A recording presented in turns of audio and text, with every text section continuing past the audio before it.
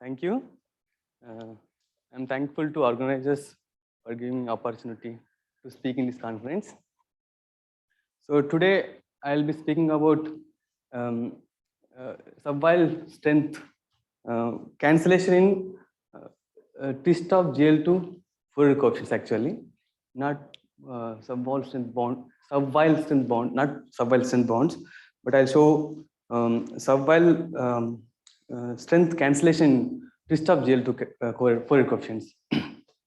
So first I'll state results about this short-circuited sums, and I'll state our results also. And at the later of my talk, I'll focus on sketch of proof of our result. First, let us start with F is a AK Hagen-Cus form for SL2Z with normalized Fourier coefficient given by this lambda Fn. So, and we start with display character chi with conductor is M. Here M, we are today focusing on either prime or prime power. So given this normalized Fourier coefficients of AK Hagen-Cus form lambda Fn for F, and given a display character chi, we have this values chi n and lambda Fn. Now one can define this series like summation n equal to 1 to infinity lambda Fn chi n by n to the s. This series convergence absolutely in a real part is more than 1. That defines an analytic function in the real is more than 1, and this can be shown to have an analytic connotation to the whole C, and it has a Euler product and satisfy a nice functional equation, and so on and so forth. Once you have a this defines a degree 2 L function. Once we have a L function, we can talk about analytic properties of this L function, which gives usually some arithmetic information. Generally, the L functions encode arithmetic information, so we need to study analytic properties of the L functions. So usually we study poles, zeros, and growth of this L function. These are the major things one can study about these L functions. So if we focus on the growth of this L function, so since it's given by real S more than 1 as a absolute convergent series, and it has a functional equation which relates value at s and 1 minus s, so we know the growth of this L function at real S less than or equal to 0. So this functional equation involves these L values with some gamma factors. So using the gamma factors like Stirling approximation for gamma factor, we know the information of growth of this L function in real S less than or equal to 0, less more than 1. So in between, one can interpolate this growth using Franklin from complex analysis result Franklin and Love principle. So whatever we get bonds for this L function using this Franklin and Love principle on the offline, we call convexity bond. Okay. So we're interested in this growth of this L function and the offline, offless IT. Then now today we are focusing on when t is equal to 0, central values of this L function at off. In this talk, we'll fix the form F and we vary chi. So where chi is the display character of conductor M, primitive display character of conductor M, and once we fix the form F, so analytic conductor of this L function is given by M square times 1 plus mod s. This one is to make sense when s is equal to 0, we put 1, doesn't matter. So it's analytic conductor of this L function is given by this once we fix the form F. So we are not varying the form, we are fixing the form F. So now we are interested in the central value at t is equal to 0, how these L values grows as chi varying. Now fix the F and vary the chi, how this L value grows in this family of where our display characters varies. Okay. So the convexity principle gives you this growth of this L value. This is m to the power of 1 by 2, which is same as this power m squared to the 1 by 4th. That is a convexity bond. So while bond, it is the counterpart. There is a similar. There is a bond which is for Riemann zeta function proved by Hermann Weyl. He got like Riemann zeta function zeta of half plus it is less than or equal to t to the power 1 by 6. The exponent 1 by 6 is called Weyl exponent. So in this setting, the Weyl exponent given by 1 by 3, it's like m squared to the 1 by 6 is like 1 by 3. So for this value, we have a Weyl exponent 1 by 3, but when you vary the chi with prime moduli, we don't know. In some cases, we know Weyl exponent for this value, but we don't know in general the Weyl exponent when m is a prime. On the other hand, when m is a prime power, fix the prime p and vary r as r tends to infinity. We know the Weyl bond, which is first proved by Blomer and Milsevich, and later also this they proved in a different using different methods, and later this same result proved by Ritabrata, Munshi and Saurabh, Singh using delta symbol approach. So this is a growth of your L values. So once you have a growth of L values, what we can do with this growth of L values? What we can do? We can understand this kind of sums. Using the growth of these L values, we can understand this kind of sums. In the sense that let me explain what is this sum is. This sum is given by this one, lambda fn chi n, where w of n by n, where w is a nice bomb function which supported in the interval 1 to 2, and it is a bounded derivatives. Now we want to show this. If you apply this, we know this Ramanujan bond for this one is absolute value is less than n to the epsilon. It's an absolute value at most 1. If you apply the trivial bond for this sum, we would get trivially this is bounded by n. Okay. Now using the information about this L values, now we want to show cancellation in this sum. So so that our sum, we want to make the length of sum as small as possible in terms of your conductor M. Since we are varying the district character chi, now we want to make we want to show cancellation in this sum when n is as small as possible. So one can obtain, one can show cancellation in this kind of sums when it's small, in a short sums using the information about the L values. Indeed, what one can do is the following.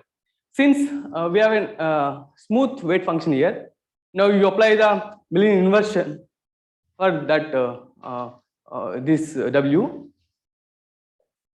you get this. You can write the sum, this, that can be written as this, where sigma is let's say 2, it's a sigma more than 1, and sigma positive is enough also. Yeah. Now there is a relation between the short sums, there is a relation between short sums and the L values.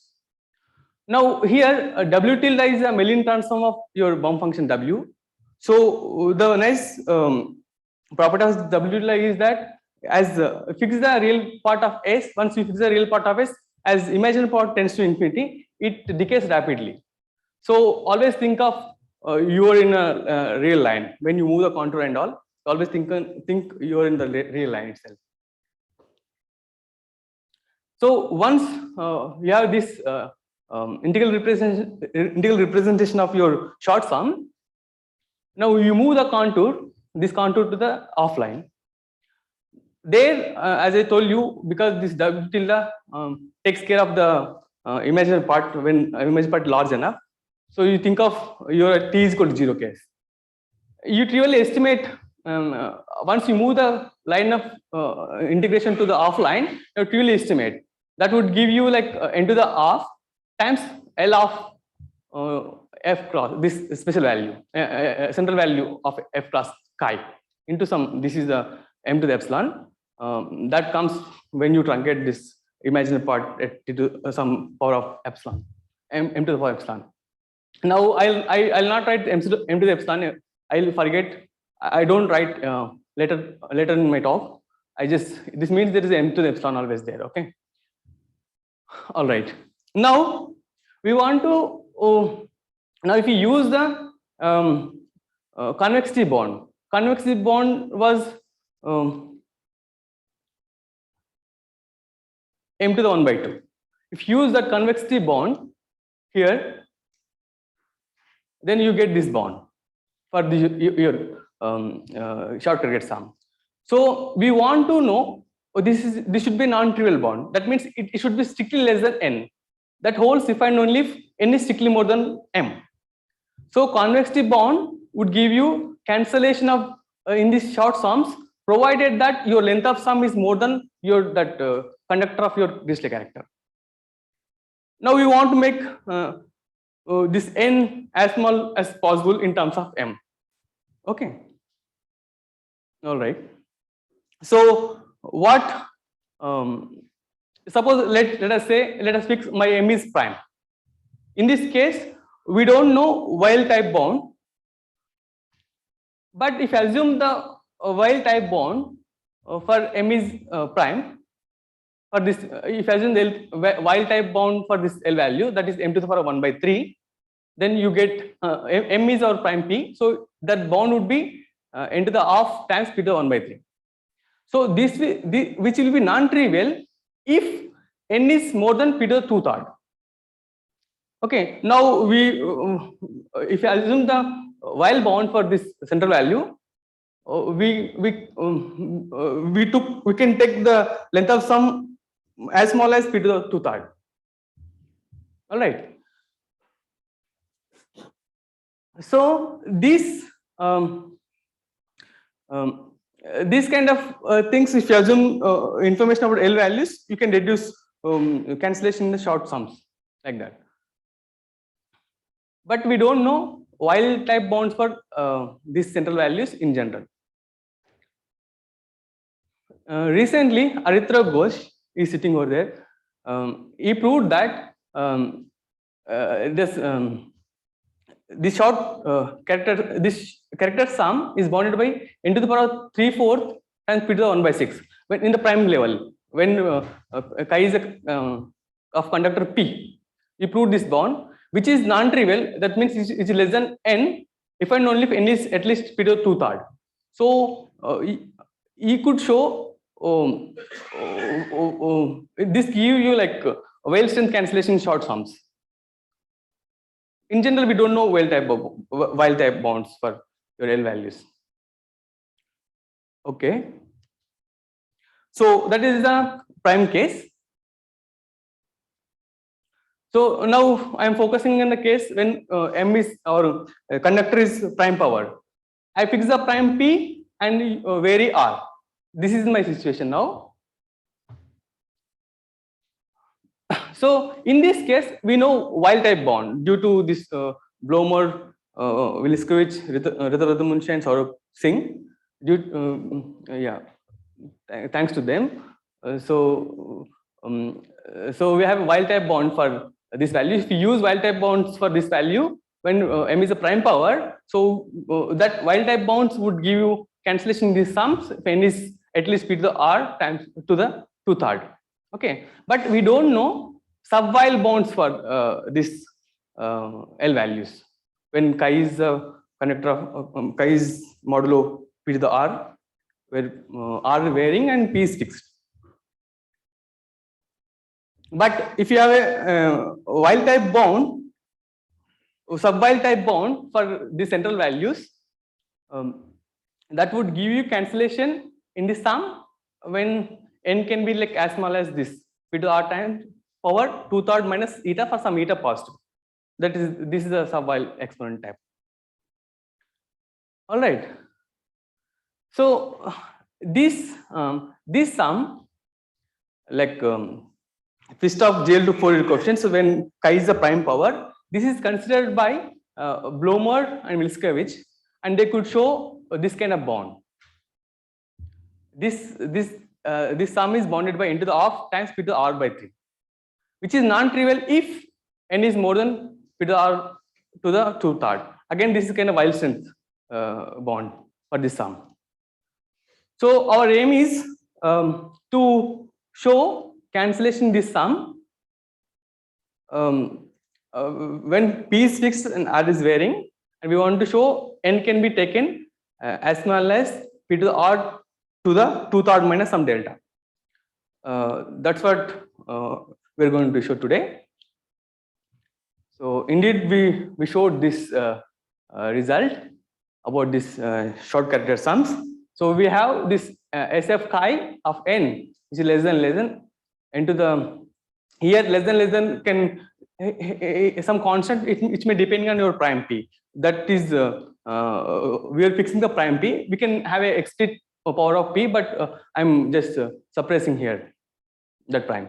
So it is this bound is n to the 5/9 p to the 13r by 45, provided we have a condition on the length of the sum. This condition. Note that this is non-trivial. That means which is strictly less than n if this happens. Okay. So we could take n as small as the sub-weyl type exponent, sub-weyl type of bond. Okay. So this is kind of it's a twist of GL to Fourier coefficients. It's kind of arithmetic analog of analytic problem, which is analytic problem done by Ritabrata, Munshi, and G and Ramanujan. They could show sub-weyl strength bonds for short sums of analytic twist of GL to Fourier coefficients. Here, instead of lambda fn chi n, they showed like lambda fn some n to the it type. In that setting, they showed sub-weyl strength bonds. Okay, that is their result. They have done recently that. Okay, so in the rest of my talk, I'll explain. I'll try to explain how we'll show this result. Okay. All right. So I'll be little vague while telling things from now on, in the sense that I suppress these weight functions and all. I'll focus on the main things I'll be talking about in a generic situations, in all generic situations only. Okay.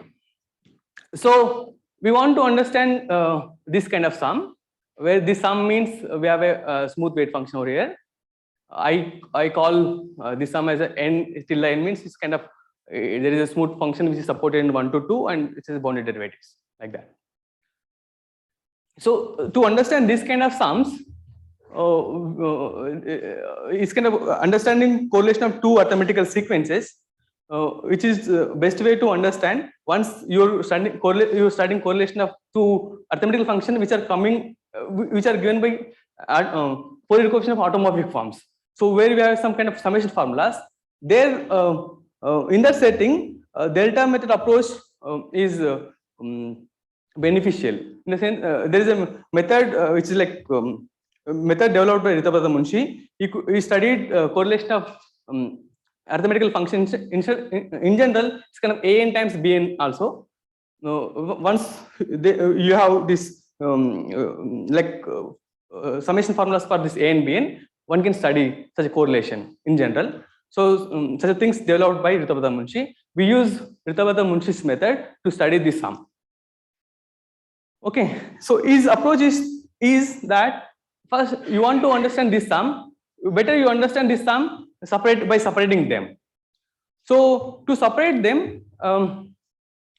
we need like you make the double sum, like you make the extra variable like summation double sum mn and lambda m n chi m, where delta m minus n.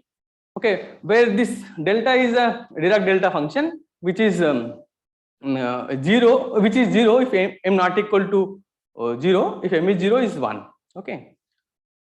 So what we do, we separate these oscillations of this lambda fn and chi n by using this symbol. So in fact, we use DFI expressions, Duke, Friedlander, Ivanich. They studied this symbol. They wrote the Fourier expansion for this delta function that is useful in this setting. Okay. So this is a Dirac delta function. It is like it is defined over the integers. When m equal to 1, it takes the value 1, otherwise 0. So we need to have some Fourier expansion, nice expansion for this delta function, which is provided by Duke, Friedlander, Ivanich, which roughly in this form. I'll explain this. Suppose now you want to detect when n is 0 or not.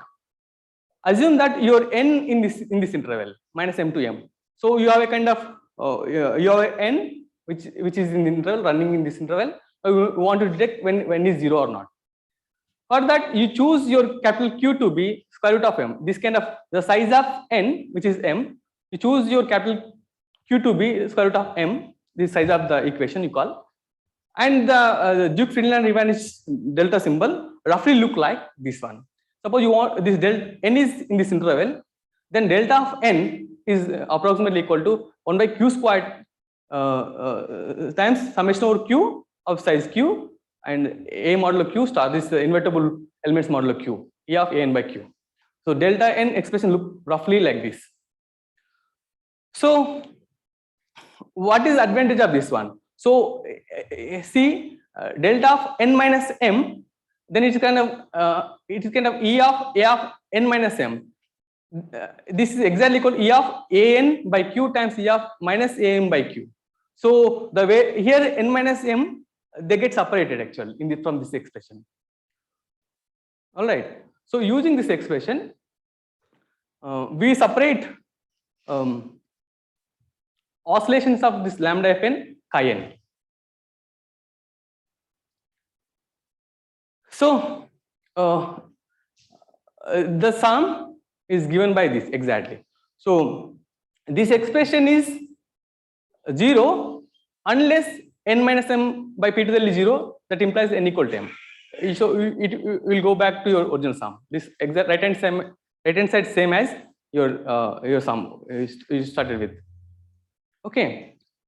Here one more advantage of delta method is that once you're separating the oscillations of two harmonics like this and this, you have to see what kind of harmonics are present in that sum. So you have to take advantage of those harmonics, and you can introduce more harmonics into the problem. So here chi is a we are interested in the chi. Chi is a modulo p to the r, and so already like it looks like e of some a by p to the r type, like additive character of like modulus p to the r. So it is beneficial to introduce some additive characters modulo p to the l. So you can put this condition here, this extra condition. This is called conductor lowering trick, which is due to Ritabrata Munshi. So this is beneficial because you're introducing the more harmonics in the problem. Okay, while applying the delta. All right. So here our p to the l, where l is an integer, positive integer, we'll take the even integer. Is a parameter we'll choose later optimally. This should satisfy first of all this condition, because p to the l should be less than or equal to n. The size of n minus m is at most n. So we want this p to the l less than or equal to n. This is the first condition. The later condition is that l is less than or equal to 2r by 3, which comes later almost in the end. This condition. So we choose l such that these two conditions, satisfy these two conditions. Now we want initially without this congruence trick, like p to the L divides n minus m. Like if there were no like p to the L in denominator, the size of n minus m would be like n. Then we would should take like your capital Q to be like root of n. But while introducing this p to the L in the denominator of n minus m, the size of this equation is now n by p to the L. Now we can choose, once your equation size is this n by p to the L, like in the DFI delta symbol here, you can take capital Q to be square root of the size of equation. So your size of equation is this n minus m by p to the L. Now you can take your capital Q to be like square root of n by p to the L. Then using this value Q, we write the expression for delta, the DFS delta. Once you do that, here your variable gets separated, your n minus m, n and m get separated, and this, the divisibility condition, we detect by using the additive characters modulo p to the L. Okay, so if you do this, you get expression for SF chi. It roughly look like this. So initially started with the simple sum like summation lambda fn and chi n. Now you made it like complicated sum, looking complicated, but it is a flexibility to work because there are more things to do here. One can do more things. So what one can do? So first advantage is that the Fourier coefficients lambda fn, the Dirichlet character values chi n, they got separated. So this n sum and m sum, they're totally separated. They don't see each other now. Now what we can do, now we can apply summation formulas, like ordinary summation formula for here, for this, and Poisson summation formula for this.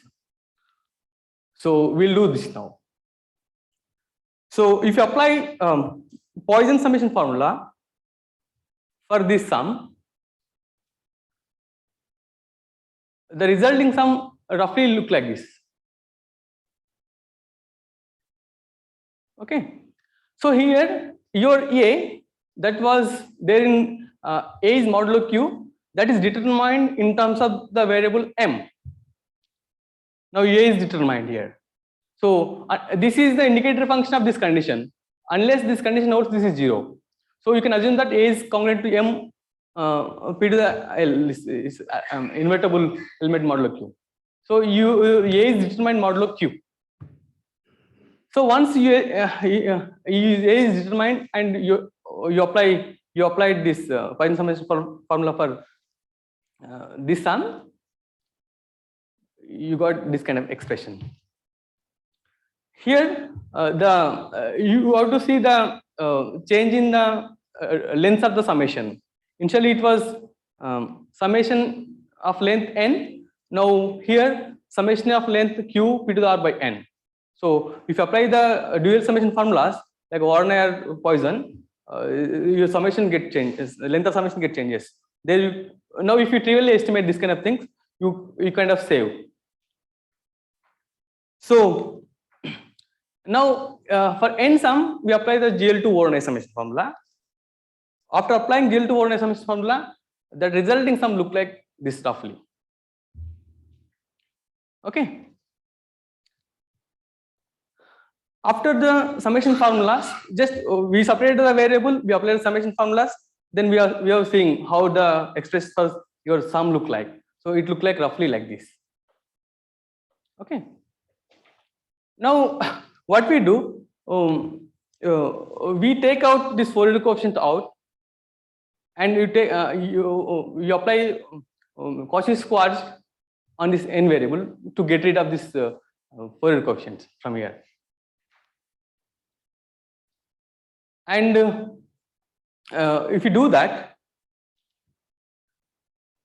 you get your original sum is bounded by this quantity, where theta to the half, where theta is given by this thing. We just apply the Cauchy-Schwarz inequality and then sum.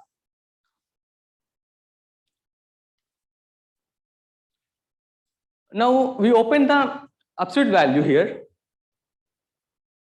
like these times this conjugate, complex conjugate.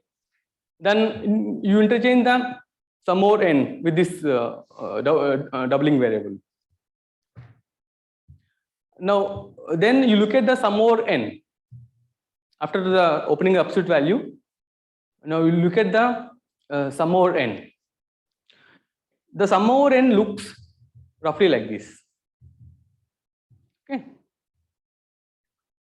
Here you apply the Poisson summation formula to this sum again. If apply the Poisson summation formula, the resulting sum look like this one. This sum looks like this. Here, note that this is, you get some congruence equations modulo p to the L and modulo q1 q2. So you have to treat this when n is 0 and when is non-zero separately. So when n is 0, one can show that this m1 equal to m2 and q1 equal to q2 and alpha 1 equal to alpha 2. So in that case, you cannot say anything more than the number of harmonics here. So in this case, you just when n is 0, you have a m1 equal to m2 and q1 equal to q2 and alpha 1 equal to alpha 2. Using that information, you estimate trivially this value of theta. I am calling the contribution for zero frequency for theta is called theta 0. That is bounded by this p to the r plus L. So that would you substitute this theta 0 value here. So your sum is bounded by this. So this is the zero frequency contribution to the your original sum S. Now we have to take care of non-zero frequency, like when n is non-zero. For n equal to non-zero, we have a nice congruence equation here. So what we do, we solve where alpha 1, alpha 2, they were like modulo p to the L. So when n is non-zero, you solve like for example, I solve alpha 1 here. I substitute alpha 2 in terms of alpha 1. So we have alpha 2 is determined modulo p to the L once you are given alpha 1. And similarly, your m1 is this one modulo q1 and m2 is this one modulo q2. Now we make this congruence equation into the equations by writing this, where m1 equal to this plus some r1 times q1, because this is congruent to this modulo q means m1 must be equal to this plus some variable which belongs to z times q1. Similarly, m2 is equal to this plus some r2 times q2. Now note that your m size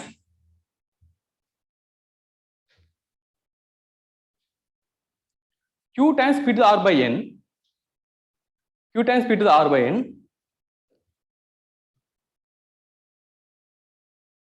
and here q is of size q. That means your r size should be p to the r by n. So here r1, r2 variable have size p to the r by n. Now we want to take n is much smaller than p to the r. That means we have some kind of we have a size for this ri variables. We have a size. So everything you write down in terms of the r1 variable, in terms of the r1 summation, ri summation formula. So you have a kind of you have some length for these sums. So where one could hope for some cancellation. So your if you substitute this equation inside your that theta value, your when n is non-zero, okay, your theta non-zero looks roughly like this. Okay, now note that we have we change the variable that m1 m2 variable into r1 r2 variable, where r1 r2 variable have some size now. because we are taking n is much smaller than p to the r. This is a crucial point, because when you're talking about subconvexity bond for this f twisted by chi, there your n size, the generic size of n is exactly p to the r. So there we don't have size for these sums. So we have to stop our approach here only, and wherever we are here, we have to estimate trivially at this point in the subconvexity thing. Okay. Now, since we are looking where n is much smaller than p to the r, then we have some size here, and we have some kind of oscillatory factor like chi here.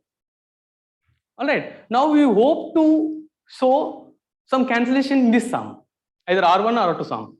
At least any cancellation in this sum that would give you Sub-weyl type bond.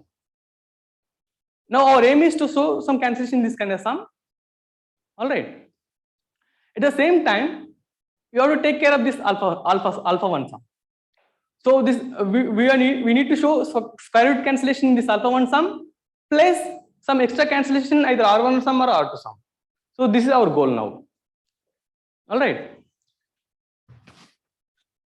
So the important feature about this chi modulo p to the r is that the chi of 1 plus z p to the let's say it's like chi of 1 plus z p to the r minus l.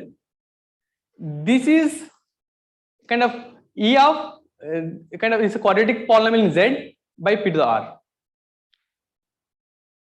Okay, this because here this we can take as a quadratic polynomial here the value of chi, because we have chosen this r to be l to be less than 2r by 3.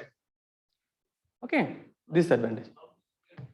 This one, yeah. So actually, generally, let me show another slide. There you can write. Yeah. So generally, let's say kappa is 1. Let's say chi of 1 plus pt.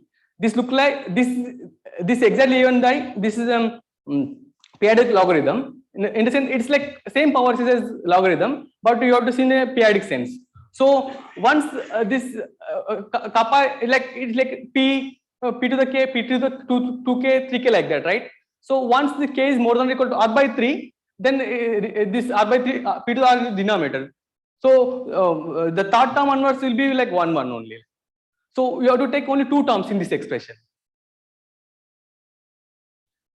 All right.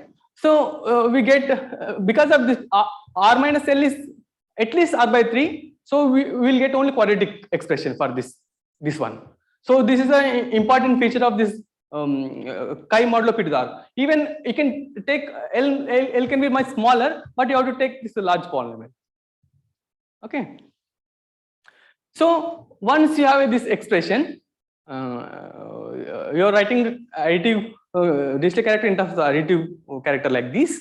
Now what we do, we take this R1 Q1 out, R2 Q2 out. That means it's like 1 plus this inverse here. Okay.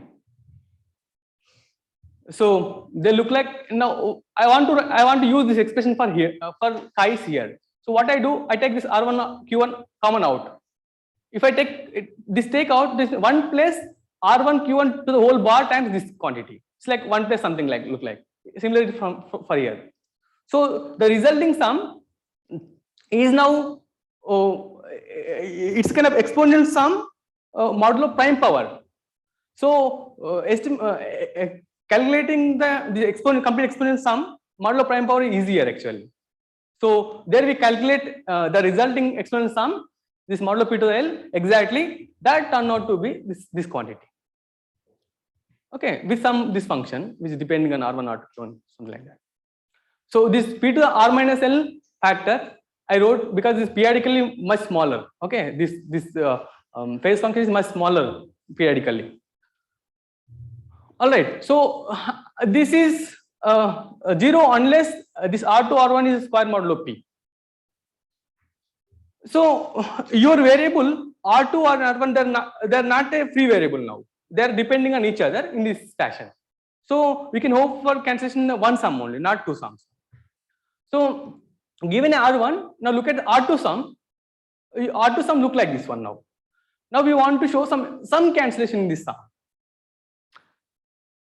All right. So with this R2 sum is not a free sum, but we have some condition that we can deal by splitting like this. Okay, your R2 sum look like this one. Okay. Now you substitute this congruence by equation, like here. Write this R1 m square plus t times p here. Now you take R1 m1 square out here, and you write the expression for this chi like this. Now here your R2 sum, this roughly look this one, and now look at this inner sum. Okay. Here we hope to get some cancellation. All right. Here phase function ft is this one, and you think of this is not there because this periodical much smaller. P to the r minus l is there. This kind of negligible. So your phase function look like this one, which is actually coming from your this fact actually. The dominating phase coming from the chi, your character chi. Okay. Now we want to show cancellation in this sum where we apply periodic exponent pair method, which is developed by Mallesham in his paper, in a composition paper, where he showed the sub-weyl bond for the Dirichlet characters. All right. So what is periodic exponent pair? So we say this KL with this condition is said to be periodic exponent pair if this sum is bonded by this sum is bonded by b to the n minus u minus w by b to the k and b to the l. The b is the length of the sum. Whenever this your phase function that will be some class of functions, but the class of function the definition of class of function is given by roughly this one. Whenever this derivative of this phase function roughly look like this one, then we should have a bond of this form. So then we say that KL is a exponent pair, periodic exponent pair. And he also showed that this satisfies A process you apply and B process. It is same. It is like it's like parallel to your analytic periodic pairs. So we showed that this exponent pair, this 1 by 30 and 13 by 15 is an exponent, periodic exponent pair showed. So this I wrote because we will use this exponent pair to estimate this sum. So if you use that periodic exponent 1 over 30 and 13 over 15, and you estimate this inner sum, and you estimate trivially everything else there, then your R2 sum at most this much. This sum is bounded by this quantity. Okay. Again, substitute this bond in the theta non-zero, and you get the bond for theta non-zero, and you will get the bond for this one. All right. So this is when n is non-zero. So we have two bonds for your original sum. One is given by the zero frequency case, another is given by non-zero frequency case. So still we have to choose your parameter L. So under the we have a condition like P to the L less than or equal to L n, and L is less than or equal to R by 3. All right. So how we will choose? We just separate. We equate those two bonds, and we choose optimally L by equating those two bonds. So your choice for L is given by this one. So we need to take care of these two conditions, which satisfies if under this condition. Means once you have a length of sum in this interval, then these two conditions will satisfy once you choose this value of L. So now given L, this one, you substitute this L either of one of them. That would give you your bond for your short character sum. So that is the end of my talk. Thank you.